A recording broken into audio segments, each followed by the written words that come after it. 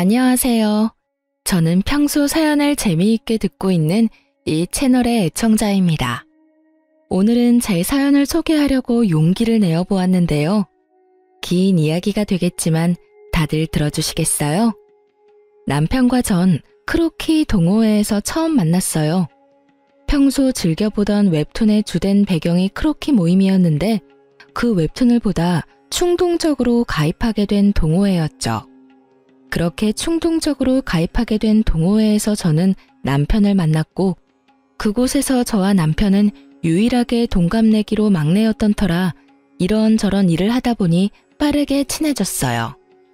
그렇게 가까이 지내다 보니 자연스럽게 연인으로 발전했고 결혼까지 하게 되었어요. 저희가 신혼을 시작하게 된 집은 친정에선 가까웠지만 시댁에선 거리가 꽤 있는 편이었어요. 의도한 것은 아니었지만 어떻게 하다 보니 그렇게 되었더라고요. 집 위치에 대해선 저만 아니라 남편과 시댁에서도 불만은 딱히 없었어요. 아니, 남편은 오히려 저보다 더 좋아하더군요. 그 이유는 바로 친정엄마의 반찬들 때문이었어요. 엄마의 음식 솜씨가 워낙 좋았는데 친정이 가까우니 엄마가 반찬 조공을 해주셨고 그 반찬들을 저보다 남편이 더 좋아했어요. 전 그 덕분에 좀 더 수월한 결혼 생각을 할 수 있었죠. 그러던 어느 날 어머님께서 갑작스럽게 집으로 찾아오셨더라고요. 저녁 때가 다 되어 갑작스럽게 들이닥친 어머님의 방문이 당황스럽고 달갑진 않았지만 결혼하고 한 번도 집으로 초대하지 못했던 터라 괜히 죄송한 마음도 들어 잘 대접해 드렸어요. 퇴근 후 옷도 갈아입지 못하고 어머님을 맞이했던 상황이라 새로운 요리 같은 건 해내지 못했지만 마침 엄마가 전날 주고 간 반찬들로 어머님의 밥상을 차려드렸어요. 어머님께서도 꽤 만족스러우신지 쩝쩝 소리를 내며 맛있게도 드시더라고요. 아가, 이 반찬들 네가 만든 거니? 정말 맛있구나. 아니요. 사실은 그거 전부 친정에서 보내주신 것들이에요. 아시다시피 제가 집에 도착하자마자 어머님이 오셔서 따로 식사를 준비할 시간이 없어서 급하게 차리느라 있던 반찬들을 내놨어요. 그래? 사돈 솜씨가 대단하시네. 간도 딱 맞고. 나물들도 어쩜 이렇게 아삭아삭하니? 혹시 남은 반찬들 좀 있니? 김치는? 김치도 담가주셨어? 남은 반찬들하고 김치가 있긴 한데 더 드릴까요? 모자라세요? 아니, 모자란 게 아니라 좀 싸가려고 그랬는데 남아있다니 다행이다. 내가 갈 때 좀 싸주렴. 김치도 있는 대로 다 싸주고 아니다, 통째로 다 주려무나. 집에 가서 옮겨 담기도 귀찮아. 고맙다, 아가. 덕분에 며칠 먹거리는 잊었구나. 황당했어요.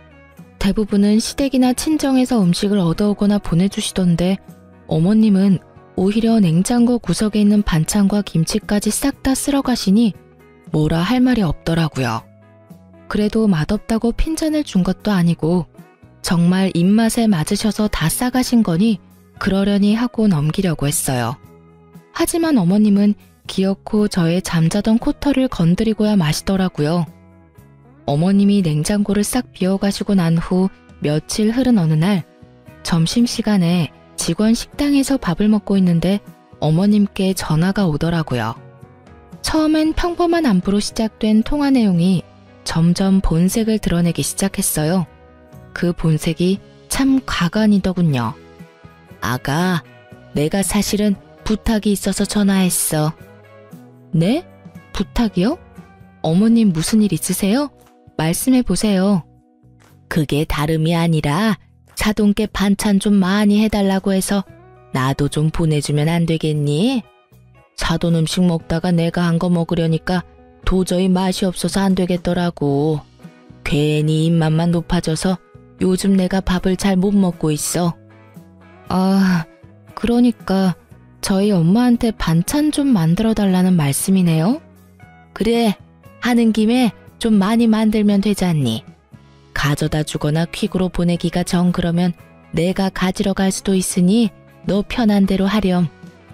헛웃음이 나더군요. 결혼한 지 2달도 채 되지 않은 시점에서 내가 이런 소리를 들으려고 결혼했나 싶더군요.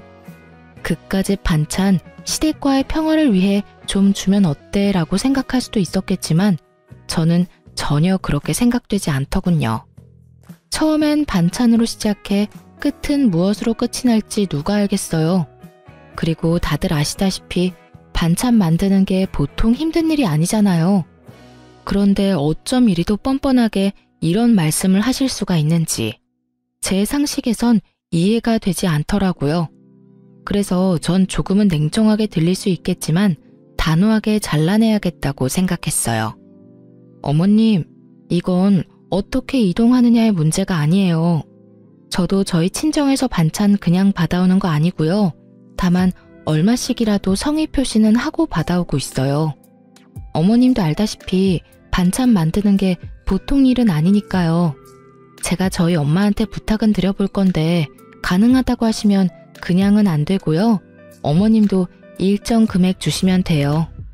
어머 얘, 그까지 반찬 몇 가지 가지고 치사하게 무슨 돈을 내놓으라고 그러니? 그냥 내가 해먹고 말지. 됐다 됐어. 저의 예상대로 어머님은 더럽고 치사하다고 하며 전화를 끊어버리더군요. 끊어진 전화기를 보며 이쯤 하면 다신 이런 이야기는 꺼내지 않겠지 하고 생각하는 찰나 어머님께 또 전화가 오더라고요. 예, 근데 얼마 주니? 네? 갑자기 그게 무슨 말이세요? 그러니까 사돈한테 반찬값으로 얼마 주느냐고. 딱 정해진 게 아니라서 얼마라고 말씀드리기가 애매하네요. 그냥 반찬집보단 덜 드리고 있어요. 그래? 그러면 그거 내가 해주마. 내가 일주일에 한 번씩 반찬 해놓을 테니 가지고 가렴. 난 사돈한테 주는 것보단 조금 덜 받을 테니 어때? 좋은 생각 같지 않니? 괜찮기는 전혀 괜찮지 않았어요.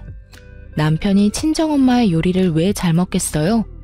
어머님은 요리를 정말 기가 막히게 못해도 너무 못한다는 것을 다 알고 있는데 제가 미쳤다고 돈까지 주고 그 맛없는 걸 받으러 시댁까지 가는 그런 헛짓을 할 리가 없었죠. 전 다시 한번 단호하게 말씀을 드렸습니다. 아니에요 어머님. 남편도 친정엄마 음식 좋아해서 그냥 지금처럼 친정에서 받아 먹을게요. 그러면 저 일이 바빠서 이만 끊을게요. 죄송해요 어머님. 전 단칼에 거절하고 전화를 끊어버렸고 그날 저녁 남편과 밥을 먹으며 어머님과 있었던 일을 말해주었어요. 그러자 남편은 허허 웃으며 이상한 해결책을 제시하더라고요. 아참, 여보, 오늘 어머님께 전화가 왔는데 우리 엄마한테 말해서 반찬을 좀 많이 해서 좀 나눠달라고 하시더라. 그래? 엄마가 생각해도 본인 음식보다 더 맛있었나 보네. 아, 진짜 우리 엄마는 요리를 못해도 너무 못해. 하여튼 그래서 뭐라고 했는데? 안 된다고 하지. 장모님도 힘드시잖아.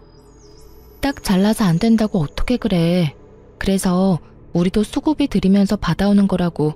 어머님도 정 드시고 싶으시면 수고비 부담하시라고 했지. 그러니까 치사하다 하시면서 전화 끊으시더라고. 잘했어. 사실 우리 먹거리 해주시는 것만 해도 죄송한 일인데 우리 집까지 부탁드리는 건 좀 아니지. 당신도 곤란했겠네. 진짜 곤란한 건 그 다음부터였지. 왜? 또 무슨 일 있었어? 그러고 바로 어머님께 또 전화가 왔는데 글쎄 하시는 말씀이 그래서 우리 엄마한테 반찬값 얼마나 주냐고 물으시더니 어머님께서 일주일에 한 번 반찬해 줄 테니까 그 돈 어머님 달라고 하시더라. 당신 생각은 어때? 완전 싫지. 우리 엄마 요리 진짜 못한다고 했었잖아. 당신도 안 된다고 했지? 응.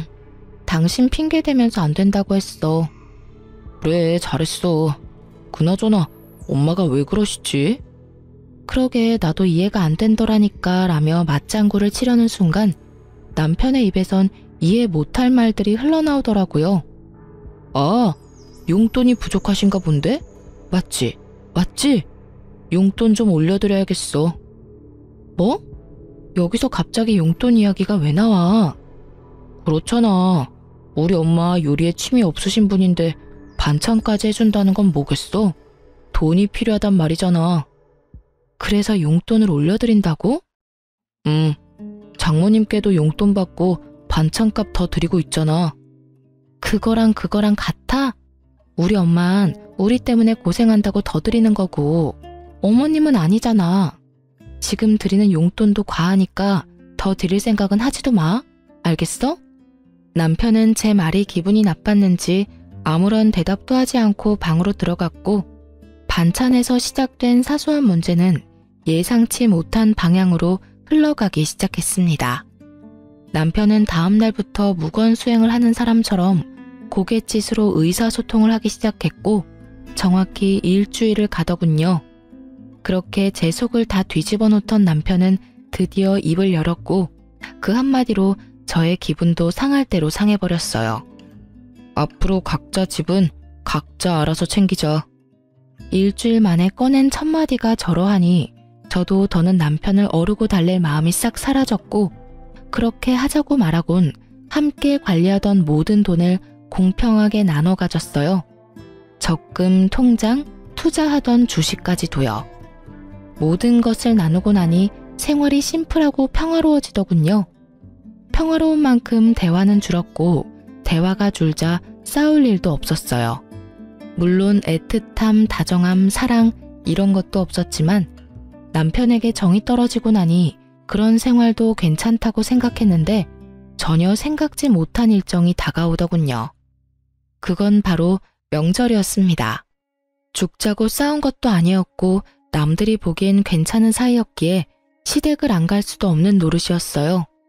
그래도 아직은 결혼 생활을 하고 있으니 도리는 다하자는 마음에서 시댁으로 향했고 전 그해 명절에 제가 사랑했던 남자가 얼마나 쪼잔한 놈인지 단번에 알 수 있었어요. 이런 일이 있기 전에는 시댁에 오면 작은 양의 설거지도 꼭 함께 해주던 남편이었는데 시댁에 도착하자마자 어머님 방으로 들어가더니 콧배기도 보지 않더라고요. 왜 사람 마음이 그렇잖아요. 아무리 우리 사이가 요즘 좀 그렇더라도 내심 도와주러 나오겠지 하는 허튼 기대.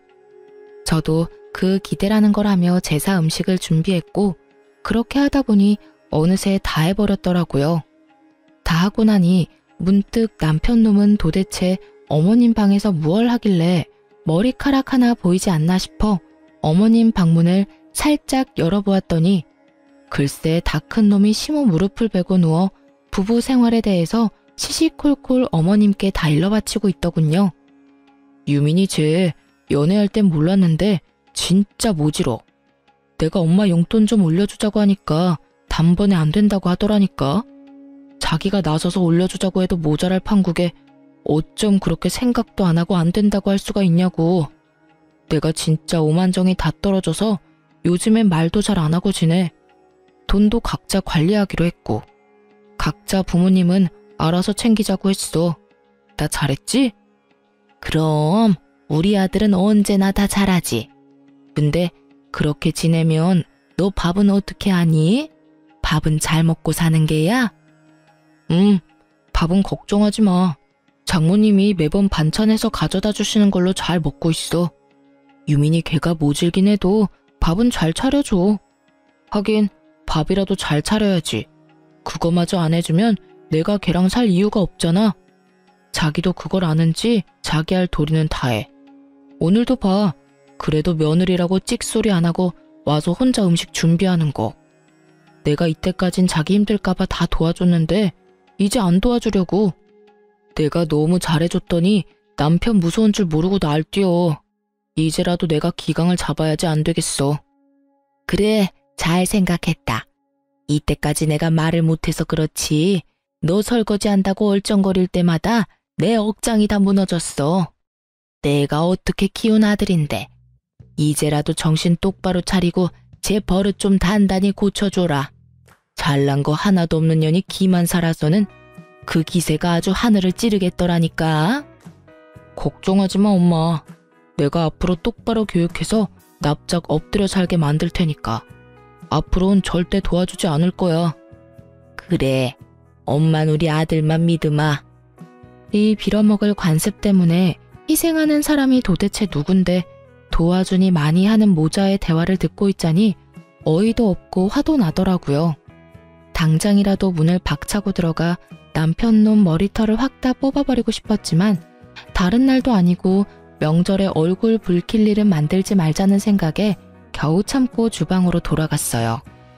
오늘만 참으면 제 세상이 다시 열릴 테니까요. 다음 날 차례를 지내고 친정으로 가야 할 시간이 지났는데도 남편놈이 갈 생각을 않더라고요. 이미 가야 할 시간이 훨씬 지났는데도 말이죠. 당신 언제까지 누워있을 거야? 우리 집 안 갈 거야? 우리 부모님들도 기다린단 말이야. 가야지. 가야 하는데 나 너무 피곤해. 이렇게 피곤한데 운전을 어떻게 해. 좀만 더 쉬다 가자. 운전할 자신이 없어. 어제 9시부터 자기 시작해서 오늘 차례 지내기 직전에 일어난 놈이 피곤해서 운전할 자신이 없다니 참 어이가 없더라고요. 시댁에서 큰 소리를 내봤자 저만 손해라는 생각에 전 끓어오르는 화를 꾹꾹 누르며 다시 한번 남편을 어르고 달랬어요. 그러면 내가 운전할 테니까 차에만 타. 그러면 되잖아.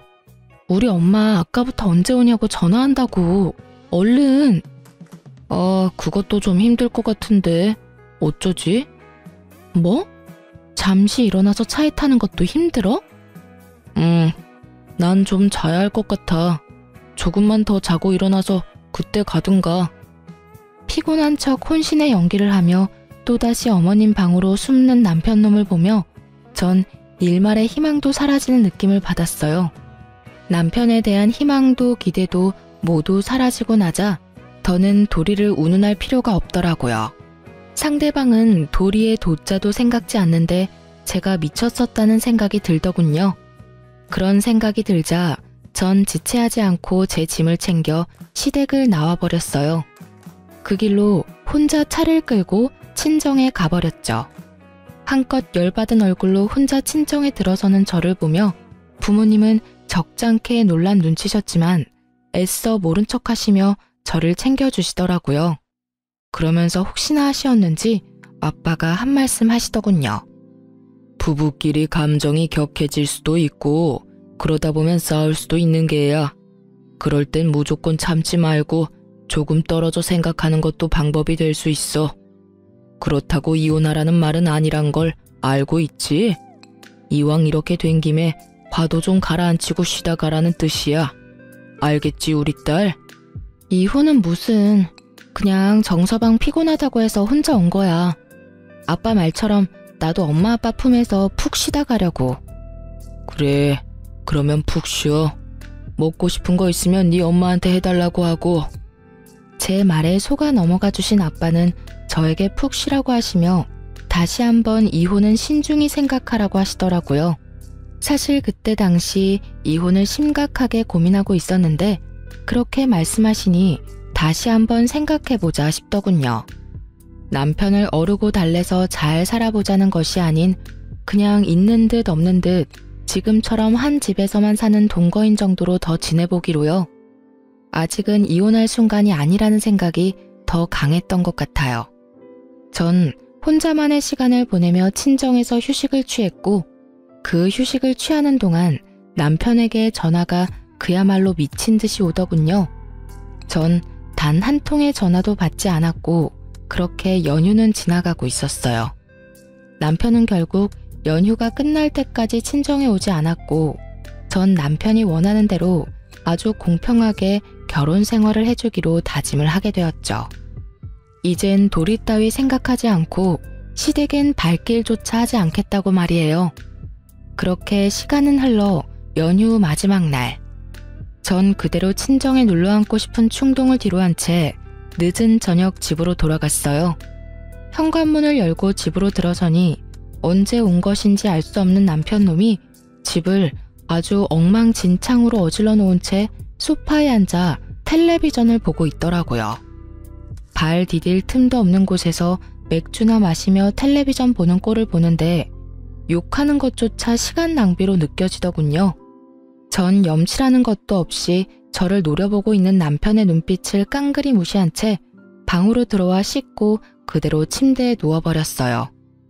예상을 벗어난 제 행동에 남편은 적잖게 당황했는지 구시렁거리며 거실을 치우는 소리가 들려오더라고요. 그랬겠죠. 평소 같았으면 잔소리는 했겠지만 다 치워주었을 텐데. 제가 가장 싫어하는 개판인 꼴을 보고도 말 한마디 하지 않고 방으로 들어와 버렸으니까요. 그렇게 전 남편이 청소를 하는 소리를 들으며 잠이 들었고 일어나 보니 남편은 출근을 했는지 보이지 않더라고요. 전 차라리 잘 되었다고 생각하며 출근을 했고 퇴근을 하고 돌아오니 집에 어머님이 와 계시더군요. 남편이 비밀번호를 알려준 것인지 남편도 없는 빈집에 어머님 혼자 계시는데 어이가 없어 웃음이 다 나더라고요. 그러면서도 참 부지런도 하시다는 생각이 들었어요. 가까운 거리도 아닌데 이렇게 매번 연락도 없이 득달같이 달려오시니 말이에요. 아무도 없는 빈집에서 무얼 하고 계셨나 싶어 집 안을 둘러보니 반찬을 챙기고 계셨던 모양이었어요. 냉장고 안에 있던 반찬을 있는 대로 다 꺼내 챙겨오신 통에 옮겨 담고 있던 흔적이 식탁 위에 고스란히 남아 있었으니까요. 무슨 못 먹은 귀신이 들러붙은 거지도 아니고 아무도 없는 집에서 하물며 사돈이 해준 반찬을 훔치고 있는 어머님의 행실을 보니 화를 내봤자 뭐 하겠나 싶더라고요. 거기서 미주알 고주알 입씨름을 해봤자 똑같은 사람이 될 뿐이고 또 먹는 거로 치사하게 이랬니 저랬니 하고 싶지 않았어요. 그래서 입을 꾹 다물고 옷을 갈아입고 나와 소파에 앉아 제 할 일을 하고 있으니 반찬을 다 챙긴 어머님이 다가와 쏘아붙이기 시작하더군요. 넌 왜 인사를 안 하니? 사람을 봤으면 최소한 인사라도 해야 할 거 아니니? 오셨어요? 인사드리려고 했는데 워낙 바쁘신 것 같아서 타이밍 잡기가 어려워서 기다렸어요. 반찬은 다 챙기셨어요? 그래. 좀 가져가도 되지? 다시 해달라고 하면 되지 않니? 그렇죠 뭐. 반찬 가지고 가시려고 오셨어요? 이 저녁에 연락도 없이? 저도 감정이 많이 상해있던 터라 말이 곱게는 나가지 않더라고요. 그런 제 모습이 어머님 마음에 들 리 없었고 제법 고상한 척 말을 하던 어머님은 화가 단단히 나셨는지 언성을 높이며 폭언을 뱉어내기 시작했어요. 내가 할 일 없이 반찬이나 가지러 왔겠니? 너 왜 그날 그렇게 가곤 연락 한 통이 없니? 최소한 그렇게 가서 죄송하다는 전화라도 한 통 해야 하는 게 예의 아니니? 어쩌면 내가 그렇게 버릇이 없는지.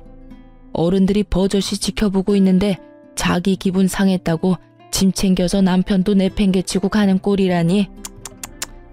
넌 기본적인 예의라는 것도 못 배웠어? 친정에서 그런 기본적인 것도 안 가르쳐주든? 도대체 친정에서 뭘 배워서 시집 온 게야?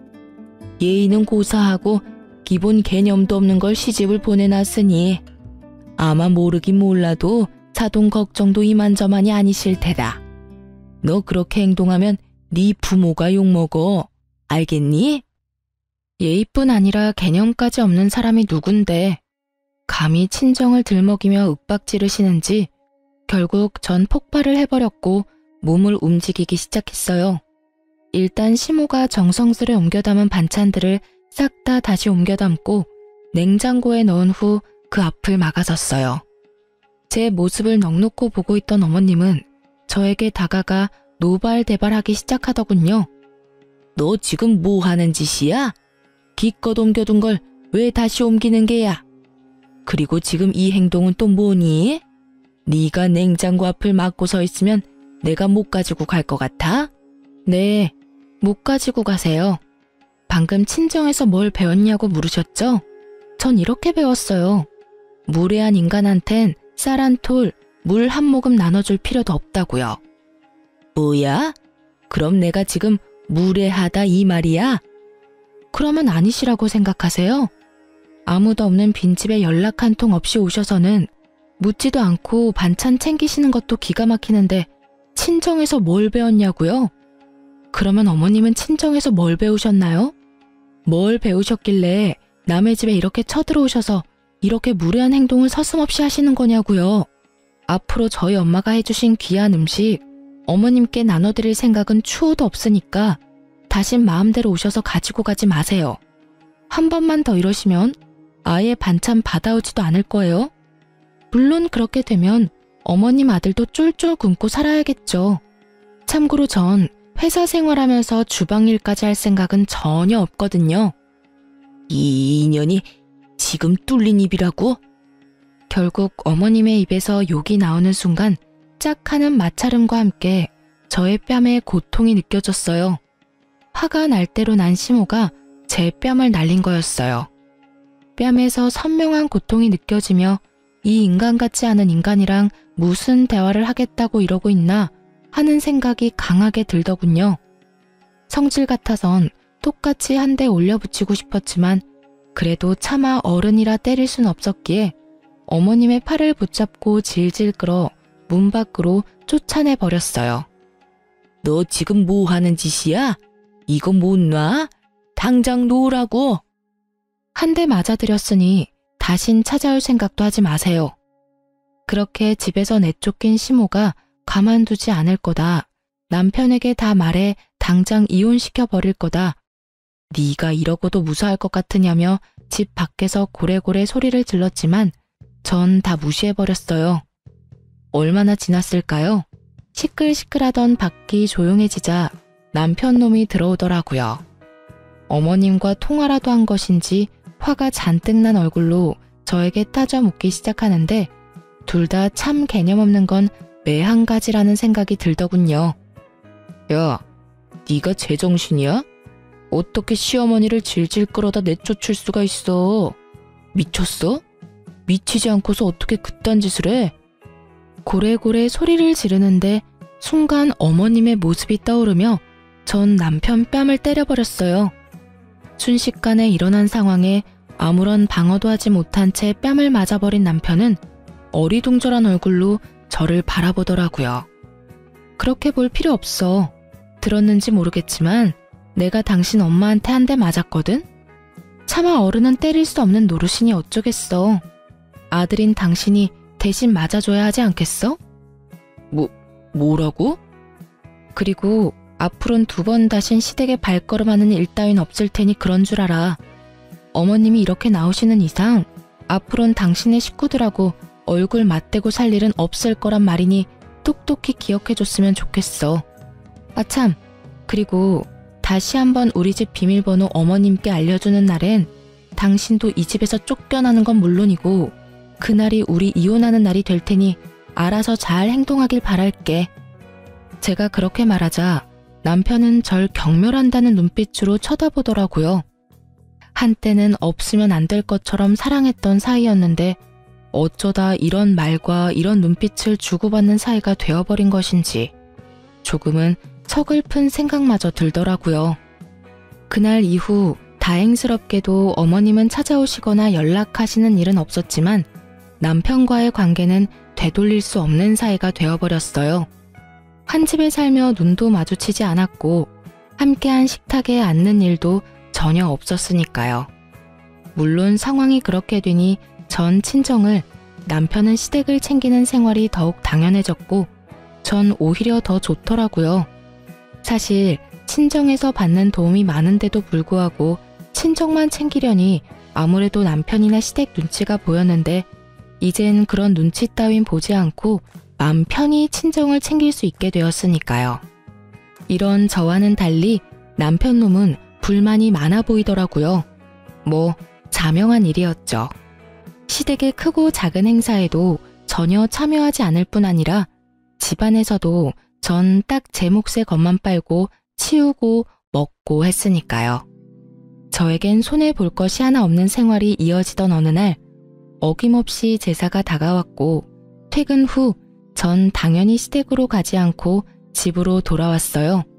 시댁에서 설마 하며 저를 기다리던 남편은 퇴근 시간이 지나도 제가 오지 않자 전화가 오기 시작했고 제가 무시를 하니 남편 대신 어머님에게서 전화가 오기 시작하더군요.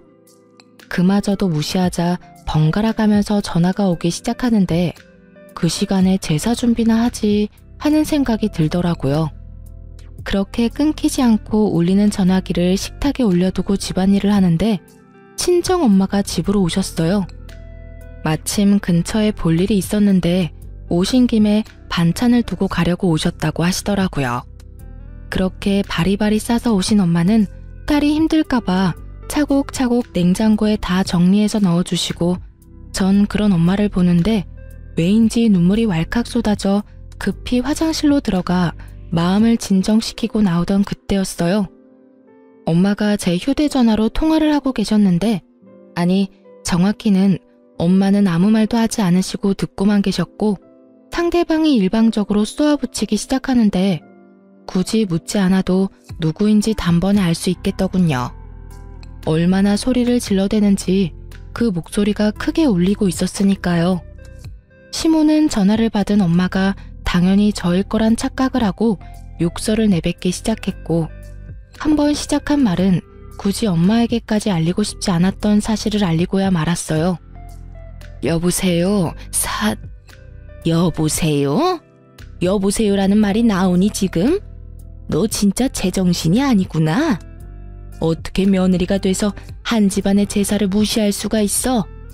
내가 이날 이때까지 살면서 너같이 되먹지 못한 년은 보지를 못했다. 도대체 넌 뭘 믿고 이렇게 막 나가는 게야? 그때 한 대 맞은 걸로는 정신을 못 차리겠든? 아예 그 머리털을 다 뽑아놔야 정신을 차릴 것이야. 내가 당장 가서 그 머리털 다 뽑아놓기 전에 얼른 와서 제사 준비해. 정말 딱 이렇게 말하고선 전화를 끊어버리셨고 엄마는 큰 충격에 빠지셨죠. 딸이 시댁에서 이런 취급을 받고 있는 것도 기가 막히는데 맞았다는 사실까지 알게 되었으니 어떤 말을 꺼내야 할지도 막막하더라고요. 일단 휴대전화부터 되찾아야겠다는 마음에 엄마에게 다가서는 찰나 아직 엄마 손에 있던 제 휴대전화에서 문자 알림음이 울렸고 엄마는 전화기를 빼앗으려는 제 손을 피해 그 문자를 확인하시고야 마셨죠. 평소 귀찮아 잔금을 다 풀어놓은 것이 화근이었어요. 너 진짜 미쳤어? 당장 안 와? 아무리 요즘 우리가 남보다 못한 사이라고 해도 제삿날엔 도리는 다 해야 할 것 아니야. 지금이라도 늦지 않았어. 당장 기어와서 잘못했다고 싹싹 빌고 제사 준비해. 머리 조아리고 일이나 하란 말이야. 알겠어? 당장 와. 당장. 엄마의 분노에 기름을 들이붓는 문자에 제가 아무 말도 하지 못하고 우물쭈물하며 엄마 눈치를 살피고 있자 엄마는 저를 꼭 안아주시며 이렇게 말씀하셨습니다. 너 이혼해. 그렇게 말씀하시는 엄마의 몸이 떨리고 있더군요. 저는 이 떨림을 누구보다 잘 알고 있었어요. 엄마가 진짜 화가 나셨을 때의 떨림. 치를 떤다고들 하시죠? 딱 그 떨림이었어요. 네가 이때껏 이런 취급을 받으면서 왜 참고만 있었는지 엄마가 잘 알아. 아빠 때문이지? 아빠가 워낙 이혼 이런 거에 예민하잖아. 요즘 아빠 몸도 안 좋은데 나까지 보태기 싫었어. 이 미련한 거사. 그렇다고 이걸 다 참고 있어? 너 이렇게 사는 거 알면 아빠 더 속상해. 엄마랑 아빠가 옛날 사람이라 이혼에 부정적인 건 맞지만 그렇다고 해서 이런 대우 받으면서 참고 살라는 말은 아니야. 그러니까 이혼해 당장. 아빠한테는 엄마가 알아서 말할 테니 걱정하지 말고. 알겠어. 그렇지 않아도 이혼하려고 생각은 하고 있었어. 그래, 그건 그렇고 이 새끼는 언제 집에 오니? 오면 그 면상 좀 보고 가야겠어. 내가 이때껏 해먹인 밥이 얼만데 감히 집까지 게 너한테 이따위 말을 해? 와서 일이나 하라고? 진짜 미친 게 누군데 누구한테 미쳤다고 하는 거야? 엄마, 진정해. 나한테 다 생각이 있으니까. 제발 나 믿고 오늘은 그냥 돌아가줘. 내가 정 안 되겠다 싶으면 엄마한테 말할 테니까. 제발, 응? 더는 엄마에게 못 볼 꼴을 보이고 싶지 않아 혼신의 힘을 다해 엄마를 설득했고 엄마는 저의 간절한 부탁에 겨우 진정하시고 집으로 돌아가셨어요. 그렇게 혼자가 된 저는 남편에게 온 문자를 읽고 또 읽었어요. 그렇게 뇌리에도 그 문자가 박힐 때쯤 남편과 어머님이 집으로 들어오시더군요. 얼마나 화가 났는지 쿵쿵거리는 발걸음이 너무 커 머리가 다 울릴 지경이었어요. 그렇게 쿵쿵거리며 저의 앞에 선 두 사람은 저를 노려보았고 처음 입을 뗀 건 어머님이셨어요. 난 너 같은 며느리 필요 없으니 당장 짐 싸서 이 집에서 나가거라. 지금 당장 짐 싸. 지금 저보고 나가라고 하셨어요? 그래. 당장 이 집에서도 나가고 서류 준비되는 대로 보낼 테니 이혼도 해. 내가 이혼만큼은 아닌 것 같아서 참고 또 참았는데 도저히 안 되겠구나. 아주 시댁을 우습게 보고 있어 이게. 생각 같아선 그 머리털을 다 뽑아놓고 싶은데 이제 가족도 뭣도 아닌데 굳이 힘 빼서 뭐 하나 싶어서 참고 있으니 얼른 내 눈앞에서 사라지거라. 꼴도 보기 싫으니까. 착각은 자유라더니 전 엄청난 착각을 하는 아줌마에게 사실을 말해주었어요. 저기요, 이 집에서 나갈 사람은 제가 아니라 그쪽이랑 그쪽 아들이에요. 저기요? 그쪽? 네, 이혼할 마당에 제가 어머님하고 불러드릴 이유가 없잖아요. 그리고 저도 꼴도 보기 싫어서 그러는데 좀 나가주실래요? 얘가 아까부터 무슨 쉰 소리를 하는 게야? 우리가 여기서 왜 나가니? 여긴 우리 아들 집인데. 너 정말 머리가 어떻게 된 거 아니니? 정신 차려 얘. 정신은 그쪽이 차려야 할 것 같은데요. 여기 그쪽 아들 집 아니라 제 집이에요. 결혼할 때 그쪽 아들 능력이 워낙 출중해서 집 살 능력이 안 되더라고요. 그래서 제가 집 해오고 그쪽 아들이 혼수 채워서 들어왔어요. 그렇게 잘난 아드님이 아무 말도 안 하던가요? 그렇게 가만 서 있지 말고 말 좀 해봐. 이 집 내 집이라고 말이야. 그렇습니다. 집은 제가 샀고 그랬기에 그 명의 역시 저의 명의였어요. 남편과 결혼할 당시 남편보다 제가 모은 돈이 훨씬 많았고 전 그런 건 중요하게 생각하지 않아 제가 집을 사고 남편이 혼수를 채웠던 것이었어요. 물론 대출금이 있었던 터라 남편과 함께 갚으며 대출금을 반틈 이상을 갚게 되면 공동 명의로 바꾸기로 했었는데 남편 놈은 딱 2달 대출을 함께 갚고 돈 관리를 알아서 했으니 집에 대한 어떤 권한도 없었죠. 이러한 사실을 전혀 알지 못하고 기고만장한 어머님의 기세를 눌러주곤 남편을 바라봤어요. 방금 전까진 저를 가만두지 않겠다는 기세로 보던 눈빛도 많이 유해졌더라고요. 분위기가 심상치 않음을 느꼈던 거겠죠. 그게 엄마, 이 집 저 사람 명의야. 내가 결혼할 때 모은 돈이 얼마 없어서 집은 저 사람이 장만하고 가정가구를 내가 마련했어. 그러니까 내가 흥분하지 말고 차분히 말하라고 했잖아. 엄마는 괜히 나서서는 일을 이렇게 만들어? 너 지금 그걸 말이라고 해? 그리고 모은 돈은 왜 없어? 꼬박꼬박 적금 들고 있다고 하지 않았어? 아, 됐어. 이제 와서 그런 게 뭐가 중요하겠니? 어찌 되었든 이혼해. 난 더는 네가 저딴 년이랑 사는 꼴 못 보겠으니. 어머님은 본격적으로 이혼을 강요하기 시작했고 남편은 아무 말도 하지 못한 채 가만히 있더라고요.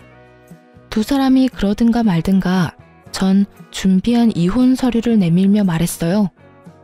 어머님이 이렇게 간절히 바라시는데 우리 이혼하자. 뭐?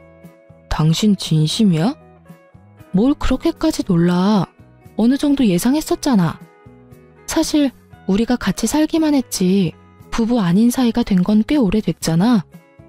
나도 지쳤고 너도 힘들 테고 그냥 우리 이혼하자. 그래, 하자 이혼. 이혼할 테니까 지금 살고 있는 집 처분해서 반틈은 나 줘. 나도 대출금 갚았으니까 그 정도 재산 분할은 해줘야지. 딱 2달 갚은 것이 기억도 나지 않는 것인지 분할을 운운하는 놈을 보고 있자니 웃음이 나더군요. 그 뻔뻔함에 이 상황에 웃음이 다 난다. 대단하다 대단해. 네가 혹시나 이렇게 나올까봐 내가 좀 알아봤는데 고작 2달 대출금 함께 갚았다고 해서 재산을 분할해줄 필요가 없다고 하더라고. 오히려 네가 나한테 위자료라는 걸 줘야 한다고 하던데. 내가 왜 위자료를 내놔야 해? 내가 뭘 잘못했다고? 잘 생각해봐. 나한테 잘못한 게 한둘이 아닐 텐데. 잘 생각해도 내가 잘못한 게 전혀 없는데? 뭐 우리 엄마가 시집살이 시킨 거 그 정도는 기본 아니야? 다들 그 정도 시집살이는 다 하고 살아. 그리고 증거 있어? 우리 엄마가 너 괴롭혔다는 증거가 있냐고. 증거? 증거 충분하지. 네가 나한테 욕한 것도 문자로 고스란히 남아있고 네 엄마가 나한테 막말한 통화도 다 녹음돼 있어. 우리가 참 편리한 세상에서 살고 있어서 자동 녹음이라는 게 되거든. 이것저것 증거가 나한텐 참 많은데 그중 최고의 증거가 여기 있지. 딱 제가 예상했던 대로 남편놈은 노발대발하며 저에게 따져 묻기 시작했고 전 꽤 오래 준비했던 사진들을 남편에게 던져주었어요. 남편과 어머님은 바닥에 흩날리는 사진들을 보며 입을 다물었고 전 그런 두 사람을 바라보며 말했어요. 할 말이 없지? 그래, 너도 사람이면 할 말이 없어야지. 너 꼴에 바람도 피우고 있더라? 네, 맞아요. 이놈이 저 몰래 바람까지 피우고 있었어요. 전 이 사실을 진작 알고 있었어요. 남편놈은 저희가 처음 만났던 크로키 동호회에 계속 나가고 있었는데 간도 크게 거기에서 바람을 피우고 있더라고요. 당연히 그 동호회엔 저와 친한 사람들도 있었기에 남편의 외도 소식은 제 귀에도 들려왔고 제가 믿지 않자 사진까지 보내주어서 모든 사실을 알게 되었죠. 결과적으론 그 사진들이 증거로 쓰이게 되었고요.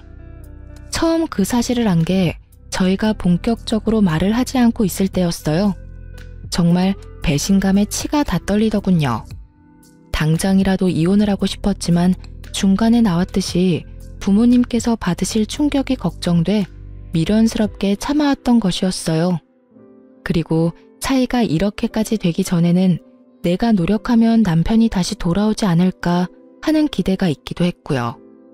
얼마나 헛된 기대였는지 지금 생각하면 제 자신이 참 한심하고 바보 같지만 그땐 그게 최선이라고 생각했어요. 하여튼 친정엄마까지 이혼을 허락하고 권해주었으니 저에겐 더는 망설일 이유가 없었고 오랫동안 간직했던 이혼 서류를 꺼내게 된 것이었죠. 아무 말도 하지 않고 있던 남편은 머릿속에 계산을 끝낸 듯 무릎을 꿇고 빌기 시작하더군요. 여보, 나 당신이 바라는 대로 이혼할게. 당신이 아무것도 안 줘도 이혼할게. 그리고 위자료도 줄 테니까 상간녀 소송만은 하지 말아줘. 제발 부탁이야. 아, 이 와중에 상간녀 소송할까봐 걱정이 되나 봐? 왜?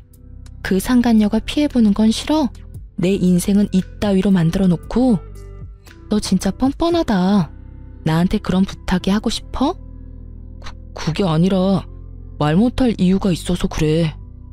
상황 파악이 안 되지? 없는 이유를 만들어서라도 날 설득해도 모자랄 판국에 말 못할 이유를 들먹이며 그런 부탁을 한다고? 너 진짜 내가 우습구나?